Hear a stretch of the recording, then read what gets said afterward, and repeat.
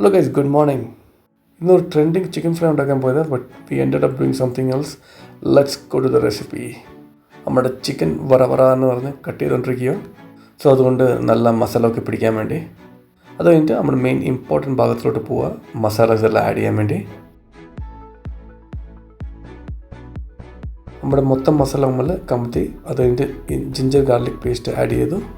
അതിനൂടെ ആവശ്യത്തിൻ്റെ തൈരും പിന്നെ ആവശ്യത്തിന് ഉപ്പും നമ്മൾ ആഡ് ചെയ്ത് ശരിക്കും നമ്മൾ മിക്സ് ചെയ്ത് കഴിഞ്ഞ ഉടനെ നമ്മൾ മാരിനേറ്റ് ചെയ്യാൻ വെക്കണം അറ്റ്ലീസ്റ്റ് ഒരു 45 to 1 hour. ശരിക്കും ഒന്ന് ആഡ് ചെയ്ത് കഴിഞ്ഞിട്ട് ഒന്ന് മസാല ടേസ്റ്റ് ചെയ്യാൻ നോക്കിയതാ. അടിപൊളിയായി വന്നിട്ടുണ്ട് മസാല, സൂപ്പർബ്. പിന്നെ ആ സന്തോഷത്തിൽ നമ്മൾ അടുത്ത പരിപാടിക്ക് പോകാം. നേരെ നമ്മൾ 1 hour മാരിനേറ്റ് ചെയ്യാൻ വെക്കുന്ന സമയത്ത് നേരെ അടുത്ത പരിപാടിക്ക് കയറാം. നമ്മൾ സോസ് ഉണ്ടാക്കാൻ വേണ്ടി ബോയിൽഡ് എഗ്ഗ് വൈറ്റ് മാത്രം എടുത്തിട്ടുണ്ട്, വെളുത്തുള്ളി നമ്മൾ ആഡ് ചെയ്തിട്ടുണ്ട്. അതിനൂടെ നമ്മൾ ചീസും ആഡ് ചെയ്ത് പിന്നെ നമ്മൾ അമുൽ ക്രീമും ഇതെല്ലാം ആഡ് ചെയ്ത് കഴിഞ്ഞിട്ട് നമ്മൾ ശരിക്കും ഒന്ന് ഗ്രൈൻഡ് ചെയ്യണം.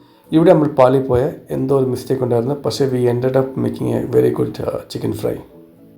ഈ ഗൈസ്, ഈ സോസ് വന്നിട്ട് ഒരു മൈനീസിൻ്റെ ടേസ്റ്റ് ഉണ്ടല്ലോ.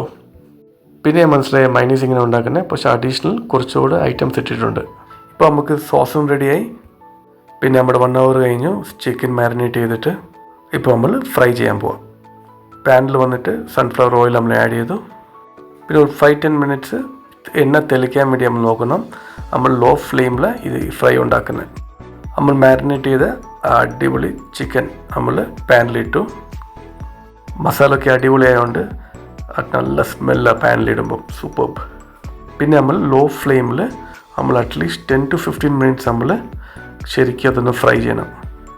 ചിക്കൻ നല്ലതായിട്ട് ഫ്രൈ ആയി കഴിഞ്ഞിട്ട് പിന്നെ അതിനൂടെ നമ്മുടെ സോസും ആഡ് ചെയ്യണം. ഇപ്പോൾ എല്ലാവർക്കും മനസ്സിലായി കാണും നമ്മൾ ഏത് ചിക്കനാണ് ഉണ്ടായിക്കൊണ്ടിരിക്കുന്നത്. അൺഫോർച്ചുനേറ്റ്ലി നമ്മുടെ റിസൾട്ട് അത് വന്നില്ല.